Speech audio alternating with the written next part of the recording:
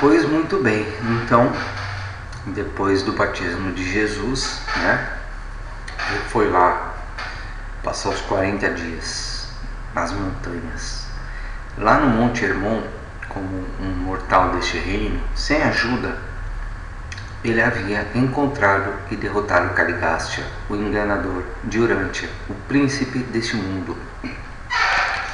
Nesse dia memorável, segundo os registros do universo, Jesus de Nazaré tornara-se o príncipe planetário de Urântia.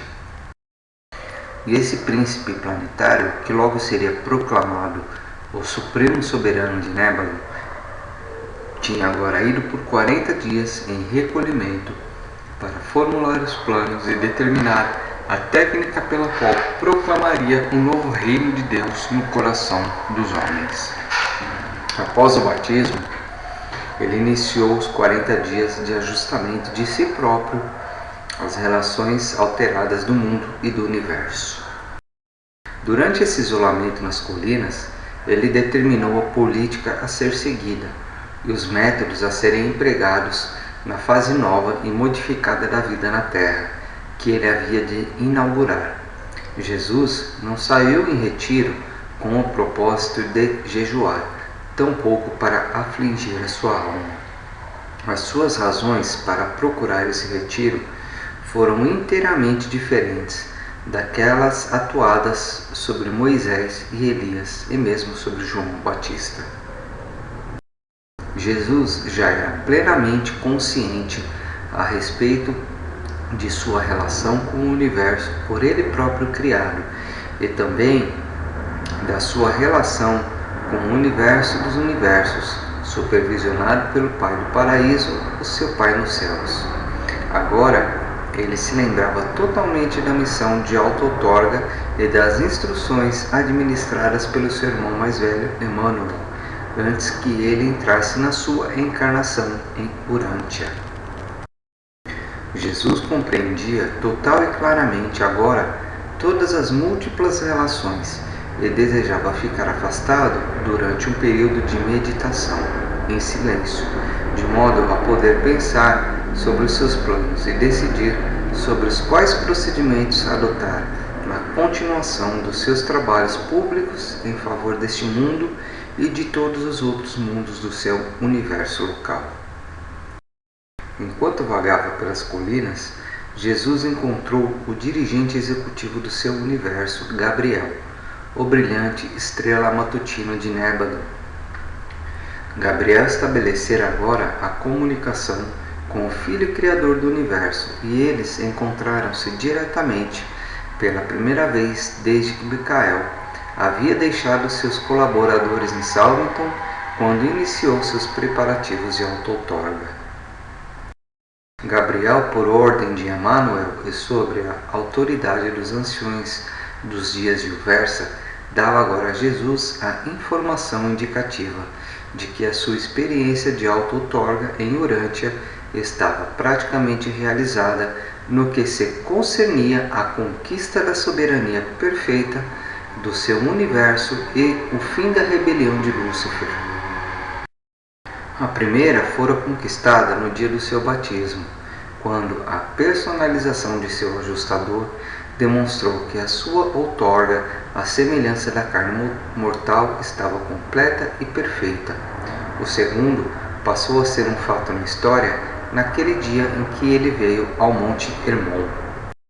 Jesus estava sendo informado agora pelas autoridades mais elevadas do universo local e do superuniverso de que a sua obra de outorga estava completa naquilo que dizia a respeito do seu status pessoal, em relação à soberania à rebelião. Enquanto Jesus permaneceu na montanha falando com Gabriel, o pai da constelação de Edentia apareceu em pessoa para Jesus e Gabriel, dizendo: os registros foram realizados. A soberania de Micael, número 611-121, sobre o seu universo de Nébadon, está completa e entregue à mão direita do Pai Universal. Eu trago a ti a tua liberação da auto-outorga vinda de Emmanuel, o teu irmão e padrinho para esta encarnação em Urântia. tens liberdade para terminar agora ou em qualquer momento subsequente, da maneira da tua própria escolha, a tua auto-outorga de encarnação, e ascender à mão direita do teu Pai, para receber a tua soberania e assumir o teu bem conquistado governo incondicional de todo o Népalon. Eu também atesto que se encerra, segundo as formalidades do registro do superuniverso, por autorização dos anciões dos dias, tudo que esteja ligado ao término de toda rebelião pecaminosa no teu universo, dotando-te de autoridade plena e ilimitada, para lidar com todos e quaisquer possíveis levantes como esse no futuro. Tecnicamente, a tua obra em Urântia e na carne da criatura mortal está terminada. O teu caminho de agora em diante fica sendo uma questão para a tua própria escolha. Em todos esses 40 dias de isolamento, Tiago e João, os filhos de Zebedeu, estiveram empenhados em encontrar Jesus. Os planos para o trabalho público.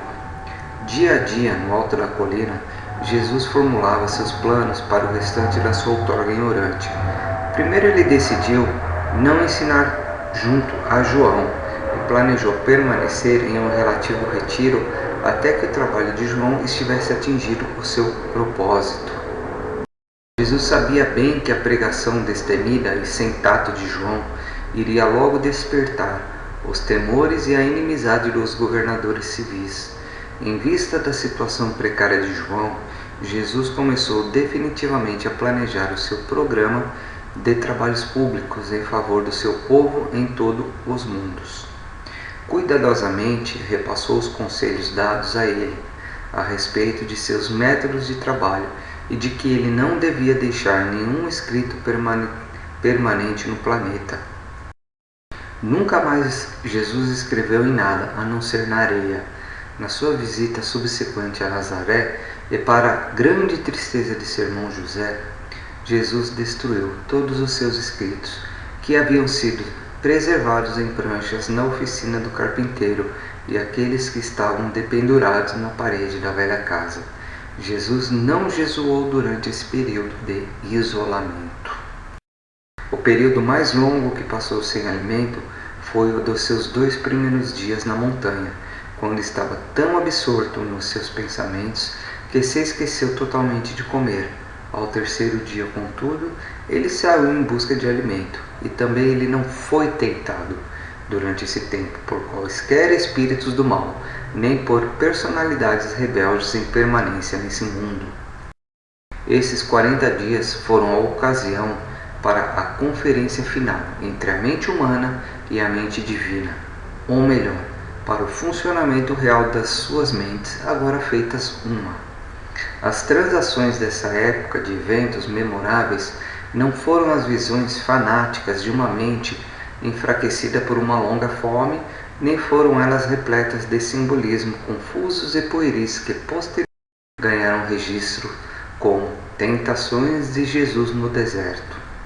Esse foi mais um período para repensar sobre toda a carreira variada e cheia de eventos da sua outorga em Urântia, desde os dias de Andom e Fonta, passando pela falta cometida por Adão e Eva, até os dias da ministração de Melquisedeque de Salém.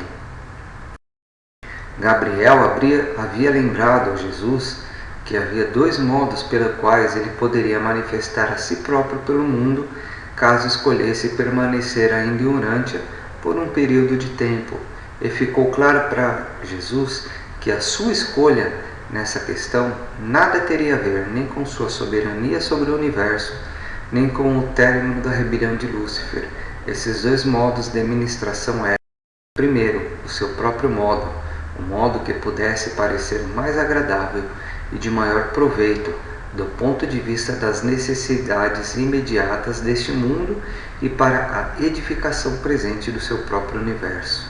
Segundo, o modo do Pai, aquele que daria uma demonstração de um ideal de longo alcance da vida da criatura, como era visualizada pelas altas personalidades do paraíso na administração dos universos.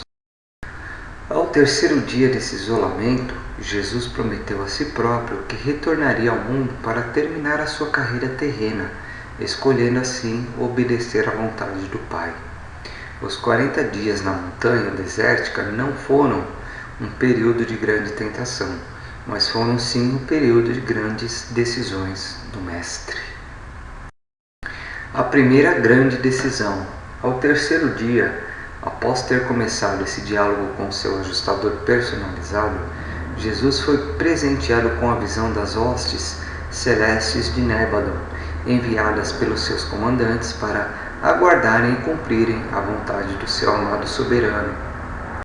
Jesus decidiu que ele não utilizaria nenhuma única personalidade, sequer que fosse deste vasto conjunto, a menos que se tornasse evidente que essa seria a vontade do Pai.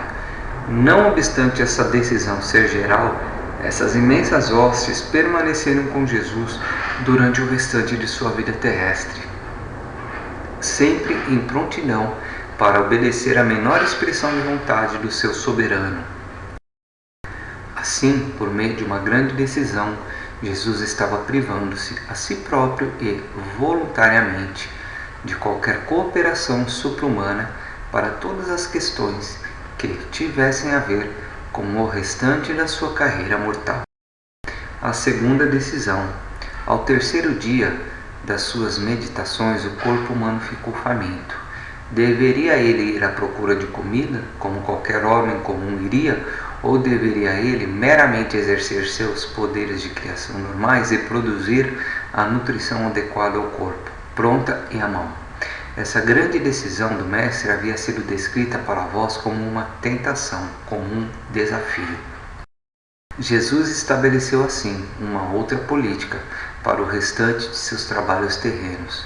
No que concernisse às suas necessidades pessoais, ele iria agora deliberadamente escolher o caminho da existência normal terrena.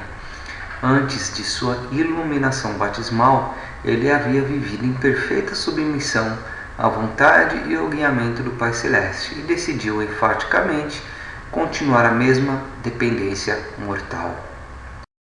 Ele poderia usar os seus poderes supra-humanos para os outros, mas para si mesmo nunca. Ele seguiu essa política de modo coerente até o fim. Jesus considerava que essa sequência de milagres esperado seria um retrocesso aos velhos tempos de magia ignorante, quando os curadores selvagens curavam por meio de práticas degradadas. Ele não era um Messias vindo com o fito de multiplicar os pães e o vinho. Ele viera para revelar seu Pai nos céus, aos filhos da terra, buscando unir os seus filhos terrenos a ele, em esforço sincero para viver, de modo a cumprir a vontade do Pai nos céus. Com essa decisão, Jesus de Nazaré retratou a um universo atento à loucura e o pecado de prostituir os talentos divinos e as habilidades dadas por Deus para engrandecimento pessoal. Esse havia sido o pecado de Lúcifer e Caligástia. Jesus revelou às criaturas do seu universo, assim, a técnica do novo e melhor caminho, os valores morais mais altos do viver e das satisfações espirituais mais profundas da existência humana evolucionária nos mundos do espaço. A terceira decisão. Ao compreenderdes tudo isso e ao saberdes que o Mestre recusou-se a desafiar as suas leis naturais estabelecidas para o seu trabalho em tudo aquilo que envolvesse a conduta pessoal, imediatamente sabereis que ele nunca caminhou sobre as águas, nem fez qualquer outra coisa que significasse um ultraje à sua ordem material de administrador do mundo. A quarta decisão. Deveria de qualquer modo emprestar os seus poderes universais para a gratificação da ânsia dos judeus pelo espetacular e pelo maravilhoso? Ele decidiu que não deveria. Jesus muito sabiamente previu que a operação de milagres e a execução de prodígios poderiam atrair a lealdade apenas superficial e exterior por causa da intimidação da mente material. Jesus escolheu estabelecer o reino do céu nos corações da humanidade pelos meios naturais, comuns, difíceis e cheios de provações, exatamente aqueles procedimentos que as suas criaturas terrenas deveriam adotar. A quinta decisão. Os judeus visualizavam um libertador com poderes miraculosos para pôr abaixo os inimigos de Israel e estabelecer os judeus como os governantes do mundo, livres de privações e opressão. Jesus sabia que essa esperança nunca se realizaria. Ele sabia que o reino do céu tinha a ver com derrocada do mal no coração dos homens. Discernia que o caminho de Deus não seria o caminho mais fácil. Começou a compreender que era possível que o cálice do remanescente da sua experiência humana fosse amargo, mas decidiu-se beber dele. A ideia de batalha, de contenda e massacres era repugnante para Jesus. Ele não queria nada daquilo. Ele apareceria na terra como o príncipe da paz, revelando um Deus de amor. Por meio dessas decisões, Jesus deu um exemplo digno para todas as pessoas em todos os mundos, em todo o seu vasto universo, quando recusou a dar provas materiais para as questões espirituais e se recusou a desafiar com presunção as leis naturais. Então, está aí revelado o que de fato ocorreu na peregrinação de Jesus, né?